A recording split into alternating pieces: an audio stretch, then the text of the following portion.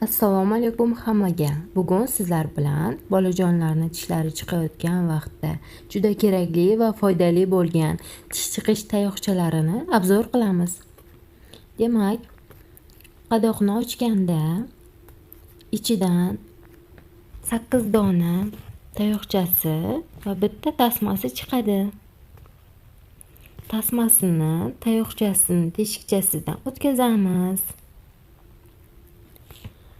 Va bolajonimizni kiyimchasiga qistirib qo'yamiz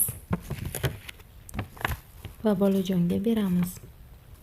Bu tayoqcha 6 oydan katta bolalar uchun mazali va foydali bo'lib, ular tish chiqayotgan davrida og'riqni va noqulayliklarni yengillashtiradi hamda bolaning kundalik ovqatlanishini yanada quvonchli qiladi.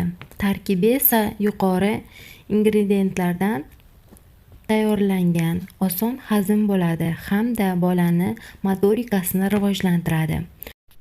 Bola tayoqchani ushlab va chaynab, qo'l mushaklarini va koordinatsiyasini mustahkamlaydi.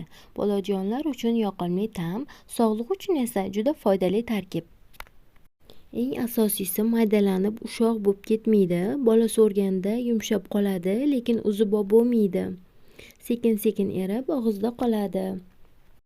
Bu tayoqchani olib bermasimizdan oldin bolajonim har xil o'yinchoqlarni og'ziga solib injiqlik qilyotdi. Hozir bu tayoqcha 2 kunga yetyapti. Bemalol injiqlik ham qilmayapti. Sizlarga ham tavsiya qilaman. Agar qayerdan necha pulga olganim qiziq bo'lsa, kommentariyaga yozib qoldiringlar.